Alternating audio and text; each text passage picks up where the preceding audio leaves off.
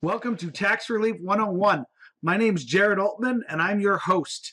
Again, this is Tax Relief 101, where we talk about tax issues, tax relief, what to do when you get on the wrong side of the IRS. This is probably the most passionate show about taxes on YouTube. I know that's a strange combination for some people, but just in the line of work I'm in, I see the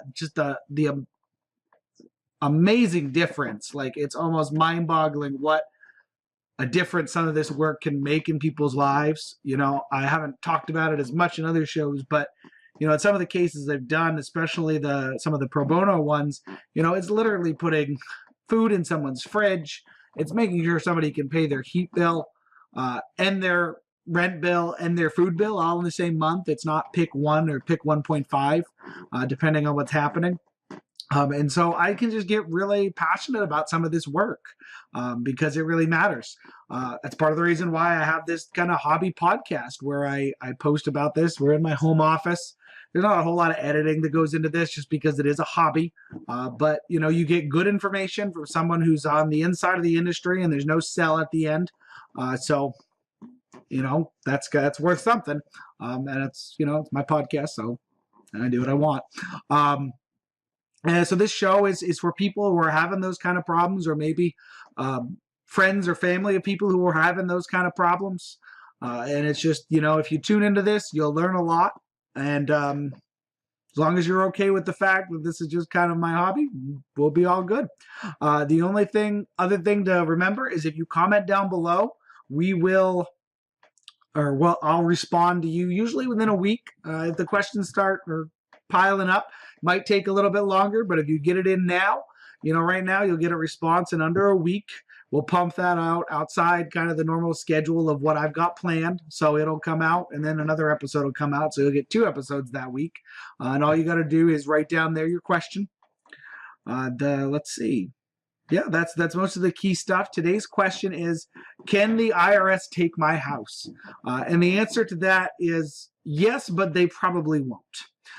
It's very unlikely that they will. So the IRS does have the ability to levy your house, to seize that property, to take it if you don't pay your taxes for long enough. They have that ability in law. It's there. There are procedures in the IRM for it. That's the Internal Revenue Manual. But the reality is that they also have had this long-standing kind of administrative understanding that they don't take a taxpayer's primary residence, even if it's even if it's a mansion. They don't want to take people's primary residence. Now, in some cases, if someone is serially non-compliant, is being difficult, maybe a tax protester or something else, is just causing problems and is not paying and has the means to do something, but just is ignoring, or is maybe not cooperating with an investigation, then they might do it because they do have the power to. They don't want to. They don't want to put people out on the street. You're not necessarily, because here's the reality too, they want to get paid, not necessarily punish you in most cases. And in the vast majority of cases, and you put someone on the street, it makes it really hard for them to keep a job. It makes them very hard for them to pay bills.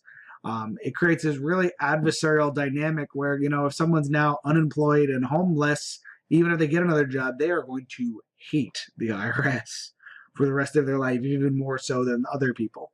And so that makes them much less likely to be able to collect from. So that's the thing with all of this, is really what the IRS wants to do is be paid, and they're not going to do things on a regular basis that make it harder for them to be paid. That doesn't mean they're going to be super nice all the time or accommodating in the way you want in a particular situation. But there are some kind of things, there are some lines that have been drawn in the sand administratively where they just don't like to go down that road. And taking someone's primary residence is one of those. Now, does that mean that they might not seize a vacation home? Yeah, they're more likely to do that. But that's not your primary residence. And again, it doesn't mean it can't happen. So you shouldn't push them on this. But, the average person who, ends up owing, maybe because something wasn't held right, or like they had a 1099 that they forgot about, and didn't withhold extra money and ended up owing, 10 or 30 or 40 grand, they're not coming after your house for that. They want you on an installment agreement or something else. Or maybe depending on what it is, you might be able to do an offer in compromise in certain cases, or a partial pay agreement depending on how much it is. There's lots of alternatives before there. The key thing is always to not let it get to the point where they're thinking about that. So when you get IRS letters, as scary as it is, open them up. Figure out what it is. If you don't know what to do with it, call someone, go to your local taxpayer advocate, or don't go to the taxpayer advocate, excuse me. My mind went somewhere else for a second. We'll do an episode about when it's appropriate to go to them and when it's helpful to go to them, because they get overused and it makes it harder for them to actually do their job. But go to your local legal aid assistance center. They're a great resource. There are Vita clinics. I never know exactly how people pronounce that. It depends on what part of the country you're in. Go and get a consultation from somebody. Everybody's got an accountant who's a friend usually, or an enrolled agent or a CPA or something. It doesn't have to, see if you need to contract somebody more serious. Sometimes it makes sense to. Sometimes it's just literally a matter of setting yourself up on a payment plan. And in a lot of cases, for some people, they can do that on their own. They might not get the best one they could get if they do it on their own, but it's a possibility. So that's kind of one of those strategic things you need to think about. Is my payment over the next 5 or 6 years, is it super important that I get that as low as possible? But again, don't rush and do something because you're worried about losing your house on the first or second letter. That's not what they're going to do. Get into that kind of long-term strategic thinking. Think about how to solve your problem.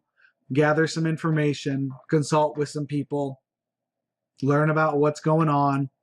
And then make a decision. Because the reality is that people, if you respond to that letter right away emotionally, you might make things worse. This happens a lot.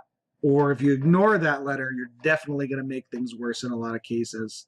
And that's not good either. So that's the answer to the question today. Can the IRS take my house? This is Jared Altman with Tax Relief 101. And we'll be answering another question soon. And again, if you've got a question, comment down below. Get it in there before we get filled up. And we can't answer it in a week anymore. And then other than that, just subscribe and like, and we'll keep pushing this information to you about taxpayers, tax relief, and the IRS. And eventually we'll probably have some other segments with some other tax professionals so you get to learn some really cool things. That's all. Have a great night.